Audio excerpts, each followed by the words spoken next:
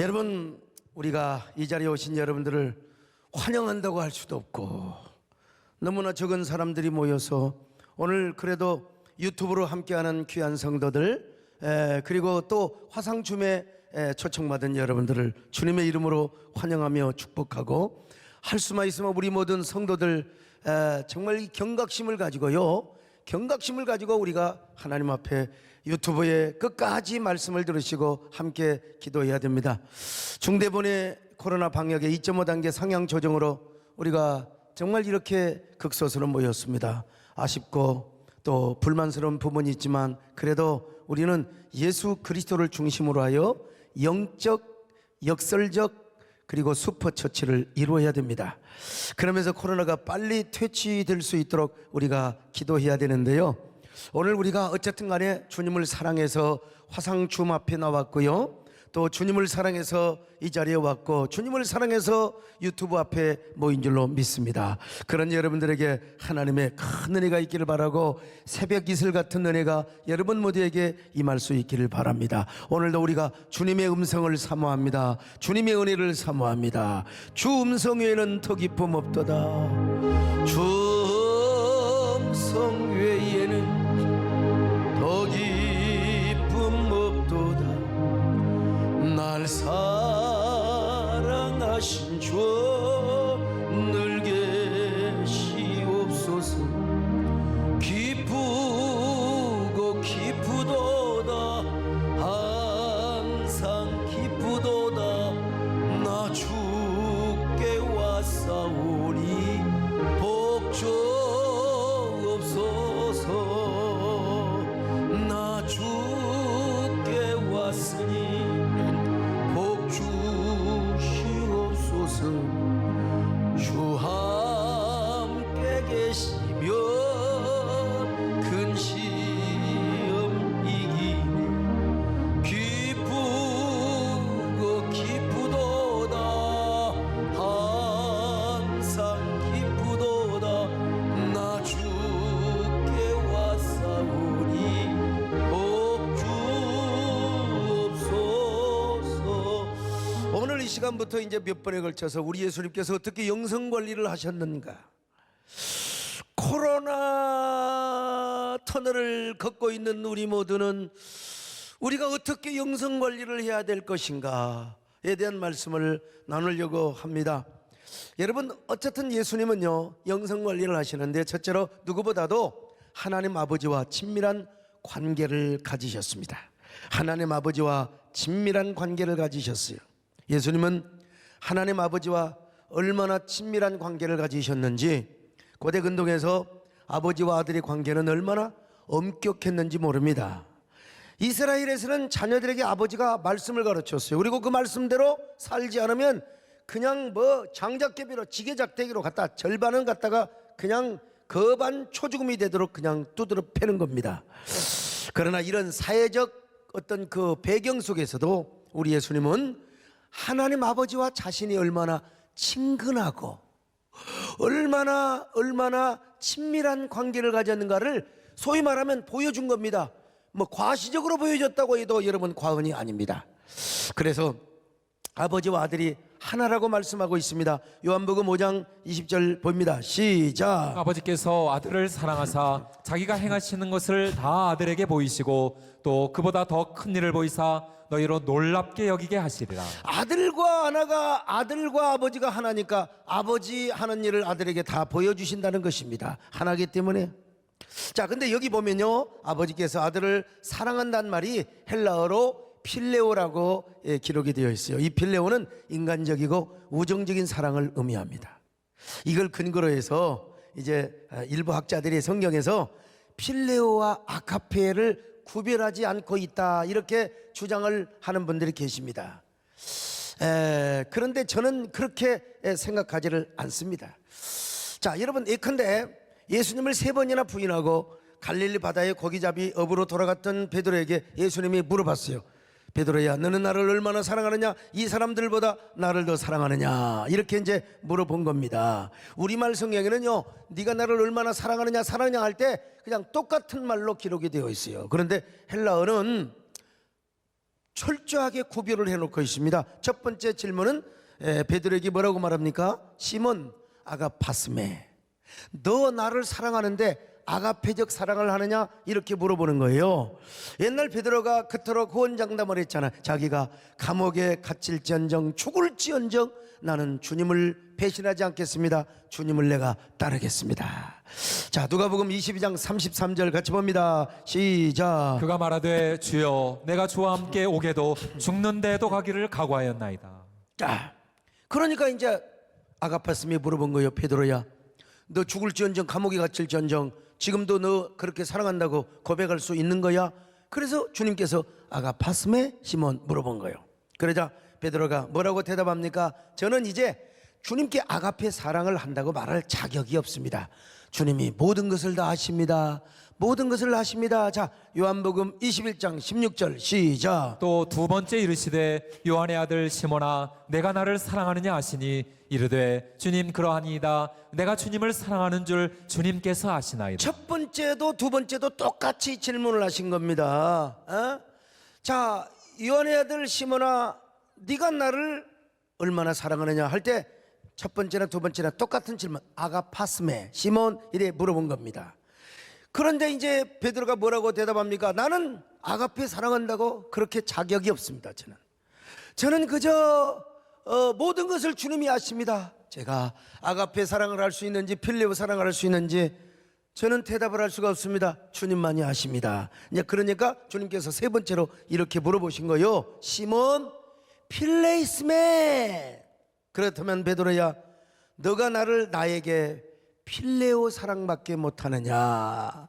필레오 사랑밖에 못하느냐? 그러자 베드로가 이렇게 대답하잖아요. 큐리에 판타수 오이다스 수 키노스케이스 호티 필로스. 나는 이거요 신학교 때부터 외워가지고 이게 아무리 빠가라도 이게 박혀가지고 여러분 내가 지금 다 헬라어 구문을 외우고 있습니다. 자, 무슨 말입니까? 주님은 모든 것을 다 알고 계십니다. 특별히 제가 인간적으로밖에 주님을 사랑하고 있다고 하는 사실을 주님은 너무나 잘 알고 계십니다. 이 말입니다. 이걸 헬라어 구문법으로 보고 수사학적으로 볼 때 분명히 아가페와 필리아가 구별이 되어 있다 이 말이죠. 그래서 베드로는 이 마지막 대답을 통하여 지금 이런 대답을 하고 있는 것입니다. 주님, 저의 힘으로는 필레아의 사랑밖에 못합니다. 주님께서 은혜를 주셔야 됩니다. 주님께서 은혜를 주시고 제 손을 붙잡아 주시고 다시 일으켜 주셔서 아가페적인 은혜와 능력을 베풀어 주실 때 마침내 드디어 제가 주님을 아가페 할 수 있습니다. 주님을 아가파오 사랑을 할 수가 있단 말입니다. 그러니 다시 한 번만 은혜를 주시고 다시 한 번만 긍휼을 베풀어 주시기를 원합니다. 저는 요한복음 21장에 나타난 이 사건을 이렇게 해석을 합니다. 헬라어로 아가페나 필리아를 그냥 뒤죽박죽 아무렇게나 쓰는 것이 아니라 분명히 사도 요한이 의도적으로 이렇게 사용했다고 주장을 하고 믿습니다.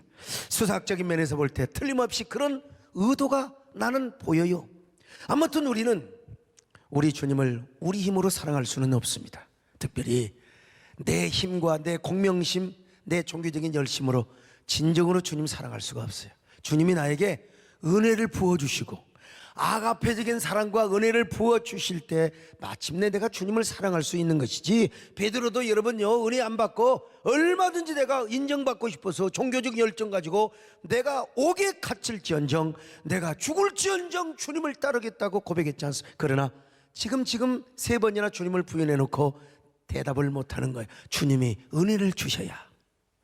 이거는 학문적으로 따지려고 하지 말고 은혜 받으면, 능력 받으면, 주님을 만나면 나는 이 본문이 다 보인다고 생각해요. 주님이 은혜를 주시고 주님이 능력을 주셔야 아가페 사랑을 할 수 있다는 것입니다. 오늘 여러분 지금 코로나 때문에 얼마나 답답합니까?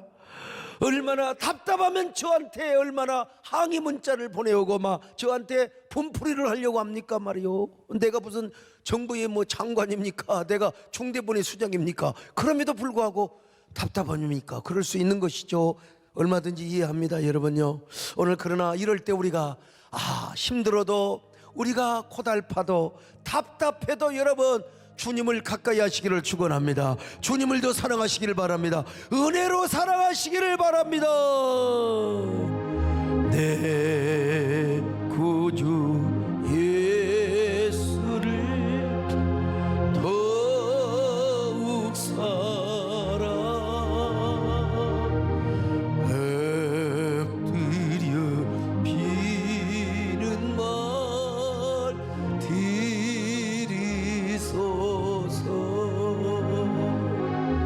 내 진정 소원은 내 구주 예수 더욱 사랑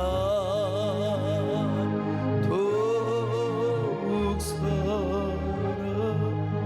그런데 아이 같은 요한복음 5장 20절을 근거로 해서 일부 학자들의 헬라어의 필리아와 아가페를 구별하면 안 된다고 주장을 하는 분들이 있어요.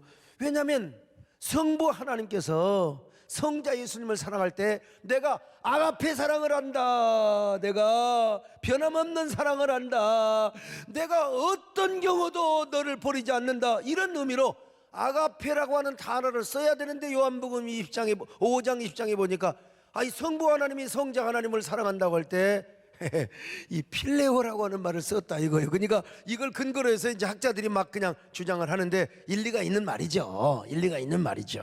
그러나 학자들이 뭘 그냥 뭐 분석을 해가지고 뭐 여기서 이렇게 썼으니까 나는 그렇게 생각하지 않고요. 여기서 필레오 단어를 쓰는 그 의도는 뭐냐? 아버지와 아들 간에 지극히 친밀한 사랑을 주고받는다는 것을, 친근한 사랑을 주고받는다는 것을 보여주기 위해서 의도적으로 이 단어를 썼다고 저는 그렇게 생각을 하고 주장을 하고 믿습니다. 어쩌면 예수님도 성부 하나님과 자신과의 친밀함을 나타내 보이기 위해서 사도 요한도 의도적으로 이 필리아를 갖다가, 그러니까 여러분 요한복음을 다 봐요. 요한복음을 보면은 아버지와 아들은 하나고 전부 아버지와 아들은 말이요 전부 그냥 그 뭡니까 아이덴티피케이션을 이루며 언제나 하나됨, 아버지와 아들은 하나나고 이렇게 말씀하는 걸 보지 않아요. 예수님과 아버지와의 그 친밀감을 계속해서 보여줍니다. 정말 그런 의미에서 이제 아마 필리아라는 단어를 썼다고 제가 생각하는데요. 저는 어렸을 때부터 아버지와의 친밀한 사랑을 느끼지 못했습니다. 아버지하고 그 친밀한 관계를 느끼지 못했어요. 아버지는 너무나 엄하셨어요. 그리고 맨날 어렸을 때 할머니는 검사 역할을 하신 거예요. 그냥 손주들을 잘 이렇게 좀 보듬어주고 그래야 되는데 뭐 잘못하면 아버지가 오면 맨날 일러 바치는 거예요. 그러니 내가 할머니 좋아하겠어요? 그냥 할머니 말을 안 들으면 꼭 할머니가 너 아버지 오면 내 일러버린다. 그래 우리 할머니는 왜 안 죽나 내가. 왜 그렇게 일러 바치냔 말이야. 그러면 이제 우리 아버지는 또 효자셨어요. 막 효자 얼마나 효자인지. 그냥 그 귀한 아들을, 그 착하고 공부 잘하는 아들을 좀, 아들아 그러지 마라. 너 그러면 내가 가만히 안 놔도 그래야지. 그냥 할머니가 일러 바치는 순간 이 주먹으로 갖다 그냥 꿀밤을 먹어버리고, 나 진짜 밥 먹다가 그냥 기분 나빠가지고 말이죠. 그러고는 뭐 어디죠? 하여간 고등학교를 다닐 때도 보면 저 군산에 갔다가 이제 뭐 한 달, 두 달 만에 집에 들어가? 그러면 그냥 왔냐? 그러고 해야지. 빨리 할머니한테 가서 큰절부터 해라. 별로 좋아하지도 않는 할머니한테 또 큰절을 하라고 그러네 그냥. 왜 그렇게 우리 할머니는 그렇게 일러 바쳤는지 아무튼 간에 아무튼요. 남들은 아버지에게 아빠라고 해 이놈들이요. 우리 친구들은. 근데 나는 막내야 막내. 난 중학교 2학년 때 아버지가 회갑이. 그래 나는 우리 아버지한테 아빠라고 해본 적이 한 번이 없어요. 아빠라고 아빠. 우리 이재훈 전사 아빠라고 했어요? 아빠라고 했구나. 난 진짜 아빠 우리 아버지 나중에 예수 믿고 이제 목욕탕 모시고 가서 때 좀 빌어드리려고. 우리 아버지 때 좀 빌어드리려고. 그래 얼마나 도망을 다니고 막 소리를 지든지 막 각 소리를 지가 목욕탕 사람이 나를 다 봐버리잖아요. 챙피셔를 가지고 말이야 참말로. 얼마나 근엄을 하셨는지 몰라요. 그런데 아버지가 저를 사랑 안 해서 그런 건 아니야. 본래 저희 아버지는 유교적 가풍을 막 거기에 젖어가지고 할머니 말씀을 잘 들어야 되고, 자신은 어머니께 효도를 하기 위해서 아들을 혼내야 되고.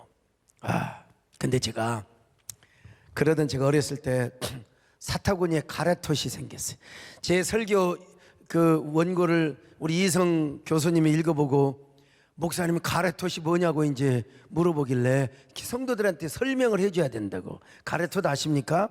이 사타구니에 계란만하게 이만큼에 부어오는 걸 가래톳이라고 하는 거예요. 옛날에 왜 이렇게 가래톳이 생겼습니까? 아무튼 위생이 안 좋고. 근데 가래톳이 생기니까 걸음을 못 걷습니다. 걸음을 못 걸어요. 정말 진짜입니다. 가래톳이 생겨봐요. 그냥 이렇게 거는 거예요. 그냥 어이구 이렇게 거는 거예요. 해봤어요? 예? 그런데 왜 가래톳이 생겼느냐? 제가 그 정월 대보름날이 되면 우리 시골에서는 그 망월이 놀이를 망월놀이래요. 가지고 이제 달집을 지어놓고 이제 달을 소망한다고 해서 달집을 지어놓고 불을 태워요. 그럼 온 동네 사람이 다 모입니다. 시골에서. 서울 사람들은 그건 또 모를 거예요. 시골 사람들은 동네 한가운데 달집을 지어놓고 그거 불을 질러 막 그냥 생솔까지 다 놓고 석유를 한 박 탁 부숴놓고 불을 질르면 그냥 불이 확 타. 그걸 이제 한 시간, 2시간 보고, 그리고 이제 깡통을 돌립니다. 깡통을 돌리는데 깡통은 이제 구멍을 뚫어, 못으로 딱딱 구멍을 뚫어 가지고 거기에다가 간솔까지 딱 넣고, 그리고 이제 성령으로 불 살라서 소나무 그 잎새 있잖아요. 그거 넣어 가지고 불 살라서 불이 살려지면 이제 돌려. 이게 돌리면 이게 얼마나, 옛날에 뭐 하는 놀이가 그것밖에 없어. 저녁 내내 돌립니다. 그리고 이제 그때 어떻게 불이 안 났는지 모르겠어요. 논두렁에 다 벌레 태운다고 다 논두렁에 그걸 뭐라고 합니까? 불 지르고. 그러고 나서 이제 막 집단 그 노적봉 같은 거 만들어 놨잖아요. 그런데 이제 불도 지르고 막. 그런데 불도 지르고. 근데 집에 불은 안 났습니다. 아무튼 간에 저녁 내내 깡통을 돌렸는데, 그리고 이제 우리 집으로 가서 자는 게 아니라 남의 집에 가서 잤습니다. 남의 집에 가서 자고 아침에 일어나서 보니까 아니 약간 가래톳이 생겨서 그냥 걸어오다가 제가 그만 쓰러졌어요. 너무 허기가 져가지고. 내가 그때 소화당뇨가 있었니 모르겠어. 아무튼 간에 쓰러져서, 나는 몰라요. 기진맥진에 쓰러졌는데 논두렁에 벌러덩하고 쓰러져. 누가 보고? 아이고 대산장만 아들이 저렇게 지금 엎어져 있다고 말이야. 내가 술도 먹는 거 아닌데. 이제 우리 아버지가 와가지고 저를 이제 업어서 왔어요. 그리고 밥을 먹고 나니까 좀 기운이 나더라고. 일단 그때는 이제 찰밥하잖아요. 그 뭡니까? 그 보름 그걸 뭐라고 하더라? 나물 음식에다 먹고 나니까 이제 사람이 설겠더라고. 근데 왜 그날 저녁에 또 우리 어머니와 아버지하고 또 왜 부부싸움을 하시단 말이야. 부부싸움 하면 어떤다고 그랬어요? 우리 형님 도망가, 누나도 그냥 다 피해버려. 결국 싸움 말리는 놈은 나밖에 없어요. 내가 싸움을 말렸어요. 싸움을 말리고. 그런데 그날 영 컨디션이 안 좋아요. 어떻게 어머니는 저쪽 방에 가서 주무시라고 그러고, 우리 아버지는 그냥 그 다음날 어디서 그냥 정월 대보름날 그 다음날 막 술도 있고 막 그러잖아요. 어디 가서 술을 드시고 오셔가지고 그냥. 그래서 어머니는 작은 방에 주무시라고 그러고, 나는 우리 아버지 방에서 우리 아버지의 탈렌이라고. 아버지 그러지 마시오, 싸우지 마시오. 참 난 진짜 내가 왜 그랬는지 나도 모르겠어요. 근데 그날 저녁 식은 땀이 나고 그냥 얼마나 땀이 나든지 가래톳이 진짜 계란보다 더 부숴버렸어요. 그리고는 내가 얼마나 실성 혼수 상태가 돼가지고 천장이 말이죠, 천장이 푹 꺼졌다가 올라갔다가 막 거인이 나와가지고 막 깡통을 들고 밥을 처먹고 별로 환상이 다 보여 그냥. 그렇고 막 내가 얼마나 끙끙거리며 이거 나 죽어 했더니 새벽에 가봤자 뭐 어디 약방도 없어요. 이른 아침에 아버지가 저를 업고 범실 약방이라고 해요. 옛날에 약국도 아닙니다. 약방 한 2km 가야 돼요. 거기는 뭐 그날따라 눈이 와가지고 눈이 이렇게 쌓이는데 아버지가 저를 업고 한 2km 정도 되는데 한 번 딱 쉬셨어요. 단숨에 저를 업고 저 범실 약방이라고 남은 사람들 아실 거예요. 주천에 범실 약방이 있어. 옛날에 고약도 팔고 파스도 팔고 약도 팔고 하여간 어쩐지는 몰라요. 그때는 약을 안 먹어보니까 가서 파스 바르고 약 몇 번 먹으니까 또 싹 나불더라고. 나는 내 어린 시절에 병원도 아니고 약국도 아니고 생전 처음으로 거기밖에 안 갔습니다. 가본 적이 없어요. 근데 왜 그때 내가 가래토시 생겼는지 나도 모르겠어요. 도대체 모르겠고 또 왜 쓰러졌는지 나도 모르겠어요. 아무튼 내가 그만큼 하여튼 뭐 허기가 졌는지 어쩐지는 모르는데, 근데 그때 생각해보면 이제 아버지의 사랑이 느껴집니다. 아버지가 표현력도 없어요. 예, 이놈아 내가 너를 얼마나 너를 사랑한 줄 아느냐 이런 말 한 적도 없어요. 우리 아버지는 유교적이야. 그냥 오로지 그냥 공자님 말씀대로 그냥 이 자식들을 잘 그냥 훈련시키고 할머니한테 효도하고. 그런데 그 아버지가 범실 약방까지 가는데 한 번도 무겁다 소리도 안 하고, 이놈의 자식아 왼수 같은 놈이 왜 이렇게 아파가지고 애비를 고생시키느냐 한마디 한 적이 없어. 예. 그래서 저는 눈만 내리면 돌아가신 아버지가 생각이 납니다. 눈 내린 날의 아버지의 모습이 환영 속에 비쳐요. 그래서 어느 날 제가 이런 시를 썼잖아요. 이런 시를요. 눈 내리는 날의 아버지. 아버지를 생각하는 나의 가슴 속에는 항상 눈이 내리고 있습니다. 어린 시절 아버지와 어머니가 싸우실 때마다 포악스러운 아버지로부터 어머니를 지켜주고 싶었지요. 아버지의 손을 잡고 별야양을 다 떨었지만 내심으로 아버지를 증오하였습니다. 그토록 증오하면서도 어머니를 지켜주기 위해 밤새 아버지 옆에서 거친 손을 잡고 잠들어야 했던 슬픈 소년. 그러던 어느 날 한방눈이 내리던 새벽녘, 소년의 몸이 불덩이가 되었을 때 아버지는 아들을 등에 업고 하얀 눈길을 쌓인 눈길을 탄 숨에 달려 이웃마을에 있는 간이 약방에 도착해서야 아들을 내려놓고 급한 숨을 몰아쉬셨죠. 소년은 지금 그 아버지의 연세를, 아버지의 나이를 지내면서 눈 속에 아버지와 시선을 마주합니다. 허리가 휘도록 키우고 가르쳐 주어도 부부싸움을 하면 언제나 엄마 편이 되어버리는 나의 자녀들을 바라보며 이놈의 새끼들이 지금 엄마 편이야. 나는 이제 아버지 편이 되어봅니다. 오늘도 나의 눈앞에는 아버지께서 한방눈을 맞은 모습으로 말없이 서 계십니다. 이제 이런 게 시여, 따뜻한 시. 우리 정권사님부터 뭔 눈이 온다 아버지 생각하냐? 그럴지 모르지만 이런 따뜻한 마음으로 시를 쓰는 겁니다. 시를 쓰는 거예요. 그렇지만 당시 아버지는 저에게 있어서 엄격한 아버지셨어요. 너무나 엄한 아버지셨어요. 우리 손정환 장로님도 아버지가 좀 엄하셨는지 모르겠다. 진짜 우리 아버지 엄하셨어요. 그래서 저는 제 아들에게 엄격하지를 않습니다. 단 한 번도 화가 나서 우리 아들 손질을 해본 적이 없습니다. 딱 한두 번 있는데 우리 집사람이 하도 사정을 해서 저 새끼 좀 패주라고 말이요. 나 지금 생각하면 이해가 안 돼요. 왜 사랑하는 지 자식을 왜 때리라고 하냔 말이요. 그러면 안 돼요. 우리 집사람도 지금 집사람까지 앉아버리면 한 사람이 못 들어오니까 집사람도 집에서 지금 뭐 하고 있냐, 유튜브로 지금 함께 예배를 드리고 있겠지만, 이 말씀을 듣고 있겠지만, 난 우리 아들도 내가 손찌검 해놓거든 얼마나 오해했는지 몰라요. 내가 왜 때렸어? 내가 왜 때리냔 말이야. 우리 마누라한테 당신 앞으로 그러지 마 이 사람아. 그런데 우리 예수님과 하나님과의 관계는 얼마나 친근한지를 몰라요. 이것이 예수님의 영성관리의 첫 번째 우선순위였습니다. 오늘 여러분도요, 우리 하나님과 친밀해야 됩니다. 우리 하나님과 가까워야 됩니다. 여러분요, 어떤 일이 있어도 코로나도 막을 수 없어요. 저 바다도 막을 수 없어요.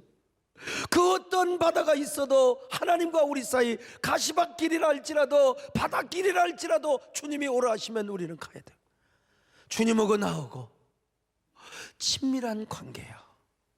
여러분, 주님은 가까이 올라가지만 우리와 주님 사이에 어떤 의심의 손이 끼어 있다든지 걱정과 두려움이 끼어 있다든지 불신이 끼어 있으면 안 됩니다. 오늘 여러분, 하나님과 친밀감을 소유하시기를 바랍니다. 주님과 가까워지시기를 바랍니다. 예수님과 아멘. 예수도 알기 원하네 그고도 넓은 은혜와 대속해 주신 사랑을 간절히 알기 원하네. 내 평생의 소원 대속해 주신 사랑을 간절히 알기 원하네. 성령의 스승 되셔서 진리를 가르치시고 거룩한 뜻을 깨달아 예수를 알게 하소서. 내 평생의 소원 대속해 주신 사랑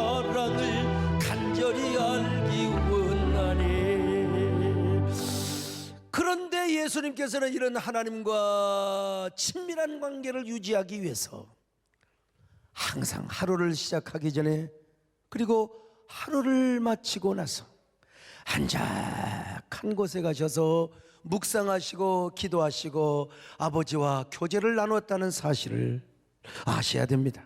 한적한 곳에 가셔서 기도하시면서 우리 성부 하나님과의 친밀한 관계를 유지하셨습니다. 누가복음 6장 12절 보실까요? 시작. 이때에 예수께서 기도하시러 산으로 가사 밤이 새도록 하나님께 기도하시고. 자, 여러분, 밤이 새도록 하나님 앞에 기도를 하셨다고 하지 않습니까? 밤이 새도록. 우리 예수님께서는 그렇게 바쁜 사역 중에도 끊임없이 기도하셨어요. 사실 이 철학기도 조금 일찍 해야 됩니다. 9시에 시작해서 빨리빨리 찬양하고, 찬양도 너무 오래 하지 말고, 이게 유튜브 사람들이 막 찬양만 하면 또 싫어해. 그냥 이상하게 해요 좀. 그리고 설교도 늦게 하면 안 돼요. 빨리빨리 좀 해야 됩니다. 빨리빨리. 이게 사람들이 어차피 못 올 바에는 유튜브 성도들도 좀 배려를 해줘야 되거든. 그걸 내가 지시를 못했어요. 어쨌든 간에 우리 예수님 밤늦게까지 기도하시는, 오늘 우리 성도들 깨달아야 돼요. 밤늦게까지 기도하는 우리 예수님을 우리가 본받아야 되는 것입니다. 예수님께서는 전날도 수많은 사람들의 병을 고치시고 귀신을 내쫓으셨습니다. 저물어 해질 때에 모든 병자와 귀신 들린 자를 예수께 데려오니 온 동네가 그 문 앞에 모였더라. 예수께서 각종 병이든 많은 사람을 고치시니 많은 귀신을 내쫓으시되 귀신이 자기를 알므로 그 말하는 것을 허락하지 아니하시니라. 아마도 예수님은 저녁 늦게까지 그런 일을 행하셨을 겁니다. 그리고 나서 쪽잠을 주무시고 다음 날 새벽 미명에 한적한 곳에 가셔서 기도를 하셨습니다. 35절, 마가복음 1장 35절 같이 봅니다. 시작. 새벽 아직도 밝기 전에 예수께서 일어나 나가 한적한 곳으로 가사 거기서 기도하시더니. 한적한, 여러분 예수님처럼 바빠 보셨어요? 요즘 대한민국이 아마 저처럼 바쁜 사람도 많지 않을 거예요. 어쩌면 내가 제일 바쁜 목사일지도 모릅니다. 여러분, 주일 설교를 몇 번 합니까? 주일 저녁 끝나고 나면, 주일 저녁 예배 끝나고 나면 다음 주일 설교 미리 준비합니다. 이번 주도 미리 다 준비했는데 사실은 다른 것 또 준비했어요. 왜? 코로나 잊지 못한 게 때문에 다른 설교로 해서는 안 돼요. 그래서 다른 설교를 또 준비했습니다. 수요 예배 설교 준비해야죠. 철학기도 설교 준비해야죠. 주보에 글 써야죠. 신문에 글 써야죠. 페북에 글 쓰지요. 이따금씩 오늘 또 여러분 신문에 전면에 인터뷰 나오지 않던가요? 다 여러분 그냥 1, 20분이 하는 게 아닙니다. 몇 시간을 해야 돼요. 그래야 진국을 뽑아서 기자가 잘 정리를 하기 때문에 그렇습니다. 또 저는 총회와 한국계 공적 사역을 위해서 얼마나 바쁜지 모릅니다. 요즘 저한테 얼마나 궁금하기도 하고 항의를 하기 위해서도 하고, 도대체 목사님 어찌 되는 겁니까? 근데 낸들 어떡합니까? 700명이 넘는 이 상황에 이제 800명 되면 여러분 3차 뭐죠? 그걸 뭐라고 하죠? 3단계 가는 거예요. 이거 정말, 이거 여러분 막아야 됩니다. 막아야 됩니다. 소상공인들의 그 고통과 아픔을, 여러분 이제 그건 희망 고문이야 사실은.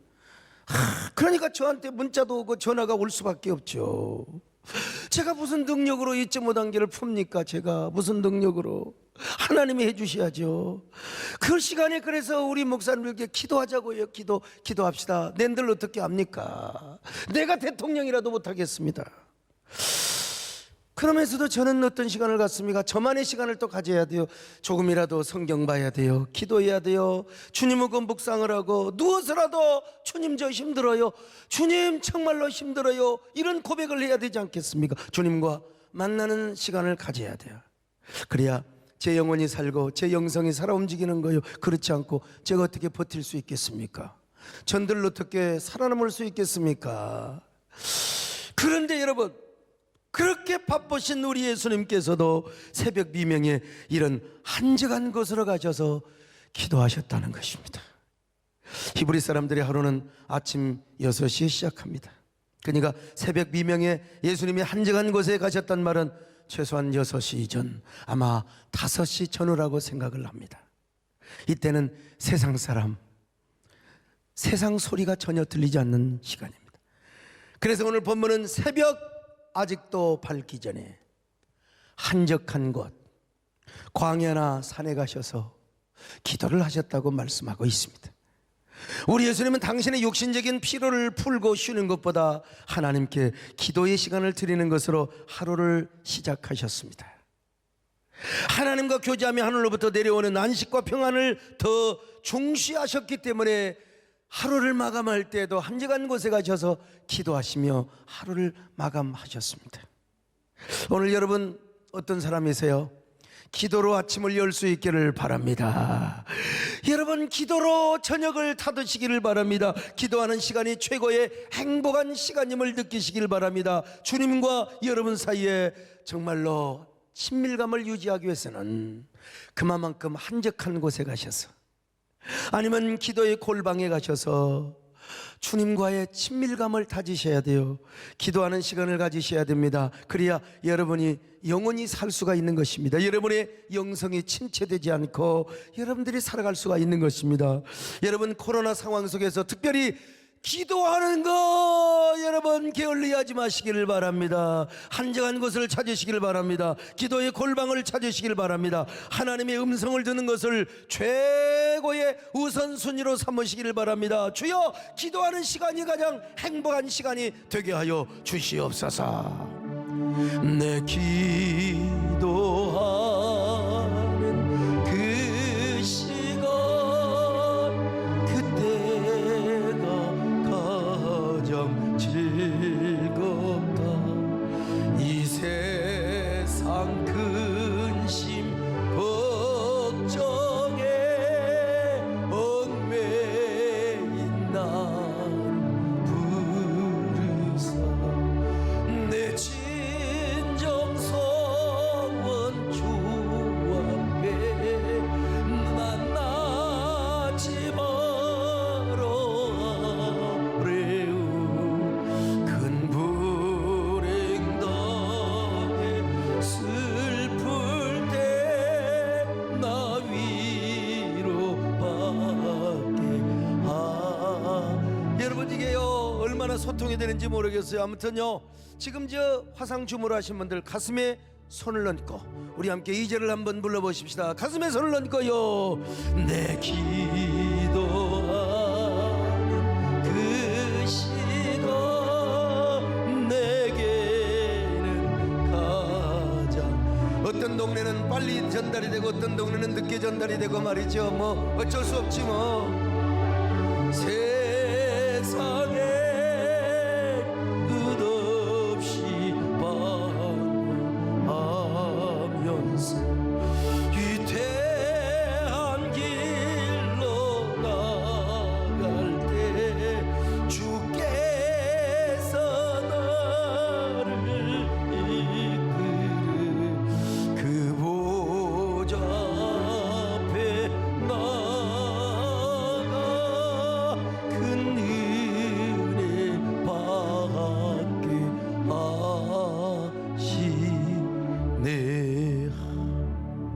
맨날 이렇게 내 그냥 찬송만 하고 기도만 하고 맨날 이렇게 집회만 하면 정말 좋겠다. 그냥. 사람도 안 만나고 정말 내 남의 책임감도 없고 그냥 나만 이렇게 살면 얼마나 좋겠어. 그냥 얼마나 좋겠어. 그러니까 그때 가장 행복한 때가 추워도 무등산 기도원에 가서 기도할 때가 제일 행복한 것 같아. 그때는 피곤한지도 몰랐어. 그때는 그렇게 고생해서 지금 무릎이 시립니다. 여러분 잠만 좀 못 자고 피곤해도 그냥 그 젊은 때 고생하는 게 다 지금 나타나는데 우리 여러분 예수님은요 하나님의 아들이시기 때문에 그렇게 안 하셔도 돼요. 하나님 자신이 이 땅에 오셨는데 주님이 그렇게 하실 필요가 없어요. 안 해도 돼요 그냥. 그러나 제자들에게 모범을 보여주시고 오고 오는 세대 모든 성도들에게 모범을 보여주시고 야야야야 나도 기도하고 나도 하나님과 친밀한 관계를 맺고 나도 하나님과 이렇게 골방에 한적한 곳을 가졌는데 니들은 이렇게 안 하면 시험 든다. 영적 침체, 반드시 영적 침체를 당하게 된다. 오늘 그래서 우리가 주님의 모범을 따라서 우리가 어떻게 살아야 됩니까? 하나님 앞에 친밀하게. 그러기 위해서는 우리 한적한 시간에 주님과의 깊은 관계를 가져야 된다. 예수님께서는 12제자를 고르시기 전에도 기도하러 산으로 가셔서 밤이 맞도록 하나님께 기도하셨습니다. 누가복음 6장 11절로 13절 보실까요? 시작. 이때 예수께서 기도하시러 산으로 가사 밤이 새도록 하나님께 기도하시고 밝음에 그 제자들을 부르사 그 중에서 12를 택하여 사도라 칭하셨습니다. 기도하러 산에 가셔서 기도하시고 12제자를 선택하였다고 말씀하고 있지 않습니까? 가이사랴 빌립보 지방에서 주는 그리스도시요 살아계신 하나님의 아들이시니다라고는 베드로의 신앙 고백을 받으시기 전에 홀로 기도하고 계셨어요. 홀로 기도하고. 누가복음 9장 18절입니다. 시작. 예수께서 따로 기도하실 때에 제자들이 주와 함께 있더니 물어 이르시되 무리가 나를 누구라고 하느냐. 혼자 한적한 곳에 기도하고 있는데 제자들이 찾아왔어요. 또 그는 변화산에 가셔서 기도하실 때도 여러분 얼마나 옷이 휘어지고 광채가 빛났습니까? 근데 그때 주님이 변화산에 가서 야 경치 좋다 시나 한 수 읊을까? 아니에요. 기도하셨습니다. 누가복음 9장 29절을 같이 봅니다. 시작. 기도하실 때에 용모가 변화되고 그 옷이 휘어져 광채가 나더라. 많은 병자들을 고치고 소문이 퍼져서 허다한 무리가 예수님께 몰려올 때도 우리 주님은 물러가사 한적한 곳에 가셔서 기도하셨습니다. 누가복음 5장 16절입니다. 시작. 예수는 물러가사 한적한 곳에서 기도하시니라. 한적한 곳에 가서 기도하셨습니다. 오병이어 기적을 행하신 후에 사람들이 예수님을 억지로 임금을 삼으려고 할 때도 주님께서는 제자들을 먼저 바다 건너편으로 보내시고 주님께서 홀로 산에 올라가셔서 한적한 곳에 가셔서 기도를 하셨다는 사실을 아십니까? 마태복음 14장 23절 보십니다. 시작. 무리를 보내신 후에 기도하러 따로 산에 올라가시니라. 따라 산에 올라가시니라. 산 좋아하는 거 여러분 예수님을 닮아야 하는 겁니다 여러분. 근데 산에 가서 괜히 가서 그냥 노는 게 아니라 하나님을 찬양하고 주님하고 좋은 공기 마시면서 기도를 해야 됩니다. 요한복음 6장 15절을 봅니다. 시작. 그러므로 예수께서 그들이 와서 자기를 억지로 붙들어 임금으로 삼으려는 줄 아시고 다시 혼자 산으로 떠나가시니라. 군중들이 몰려와가지고 예수님 당신이 왕이 되셔야 됩니다. 이스라엘의 지도자가 되어주셔야 됩니다. 그럴 때 예수님은 산에 올라가서 주여 하면서 아버지와 함께 친밀감을 나누셨단 말입니다. 우리 예수님은 제자들에게 주기도문을 가르쳐주기 직전에도 기도하셨습니다.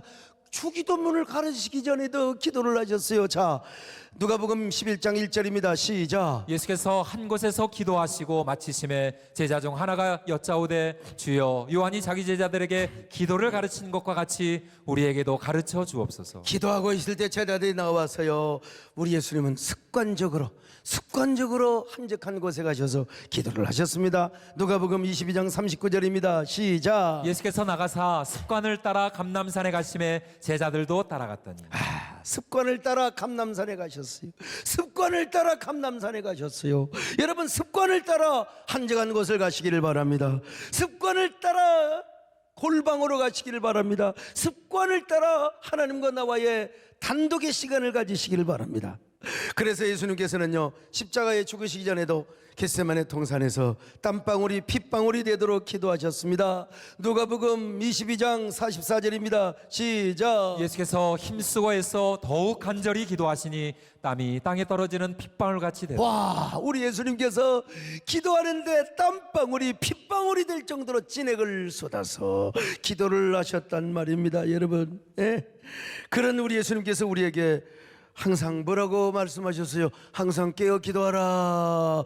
깨어 기도하라. 왜? 시험에 들지 말게 깨어 기도하라. 마태복음 26장 41절입니다. 시작. 시험에 들지 않게 깨어 기도하라. 마음의 원이로되 육신이 약하도다 하시고. 시험에 들지 않게 깨어 기도해라. 누가복음 21장 36절 시작. 이러므로 너희는 장차 올 이 모든 일을 능히 피하고 인자 앞에 서도록 항상 기도하며 깨어 있으라 하시니라. 여러분 주님께서 그렇게 기도하신 것을 즐겼다면은 우리도 기도하는 시간이 즐겨야 됩니다. 기도하는 시간이 즐거워야 됩니다.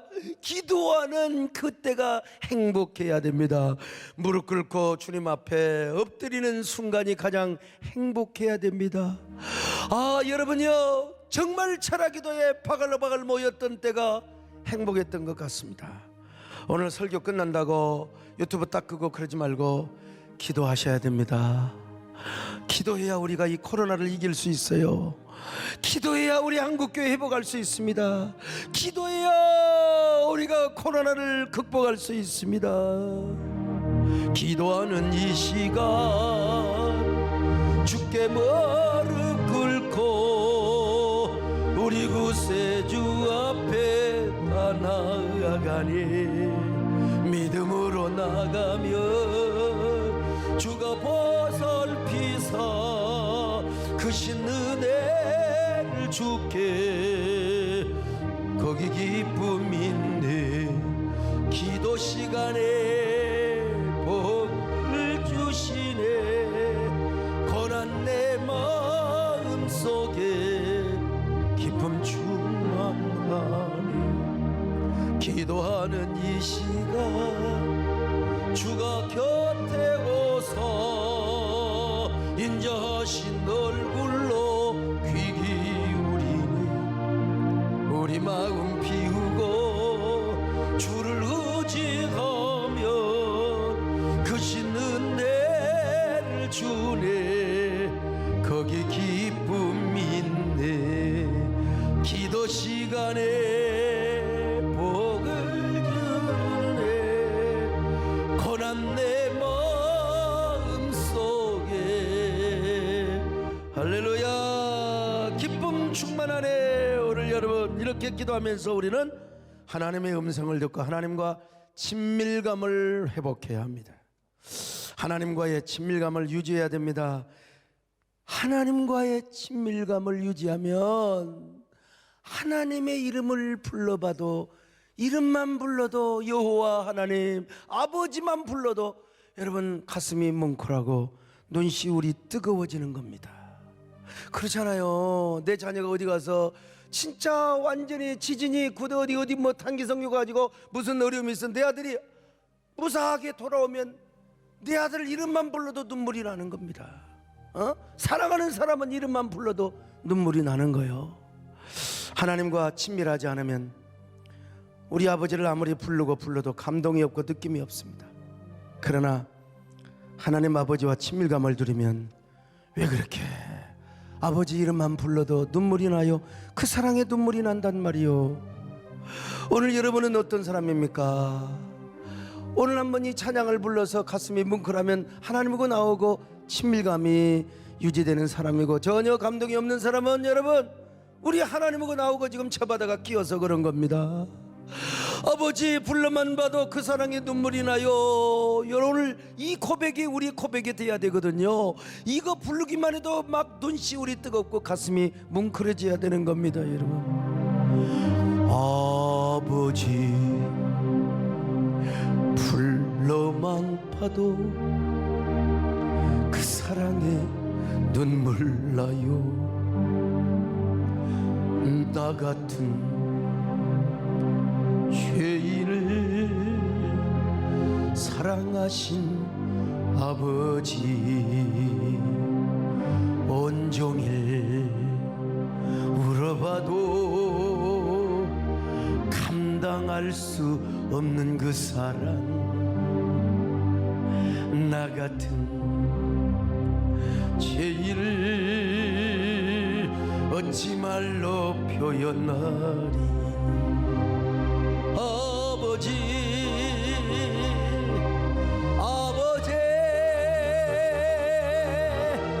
내 영혼 깊은 곳에서 불러본 내 아버지,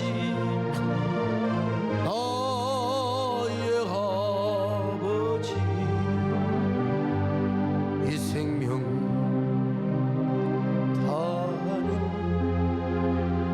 그날까지 지키시고 인도하신 참 좋으신 나의 아버지. 이렇게 예수님은 한적한 곳에서 기도하고 하나님의 음성을 듣고 친밀감을 돈독하게 가진 후에 전도를 하러 다니셨습니다. 영혼을 구하고 하나님 나라를 선포하러 다니신 겁니다. 마가복음 1장 38절로 39절을 봅니다. 시작. 이르시되 우리가 다른 가까운 마을들로 가자. 거기서도 전도하리니 내가 이를 위하여 왔노라 하시고 이에 온 갈릴리에 다니시며 그들의 여러 회당에서 전도하시고 또 귀신들을 내쫓으시더라. 오늘 우리도 아무리 하나님의 일을 많이 하고 교회 봉사를 많이 해도요, 그보다 중요한 게 있어요. 아버지와 나와의 친밀감이에요. 친밀감. 우리 예수님과 우리와의 친밀감. 그 친밀감을 유지하면서 하나님의 일을 해야 됩니다. 우리가 교회를 봉사해야 됩니다. 근데 친밀감이 없이 종교적 열심과 공명심 가지고 하면 반드시 섭섭해요. 반드시 서운합니다. 반드시 시험 들어요. 망신당할 수 있습니다. 괜히 그러다가 내가 뒤집어지는 수가 있습니다. 여러분은 항상 예수님처럼 하나님과 친밀감을 가지시기를 바랍니다. 정기적으로 한적한 곳을 찾으셔야 됩니다. 골방을 찾으셔야 됩니다. 기도하며 하나님의 음성을 들으셔야 됩니다. 그러면서 하나님의 일을 하고 사명을 감당해야 됩니다. 코로나 때 우리가 승리하는 길은 이것밖에 없어요. 맘대로 보입니까? 맘대로 예배를 드릴 수 있습니까? 여러분, 이런 친밀감이 있을 때 영적, 역설적 부족 공동체를 이루며 슈퍼처치를 이룰 수 있습니다.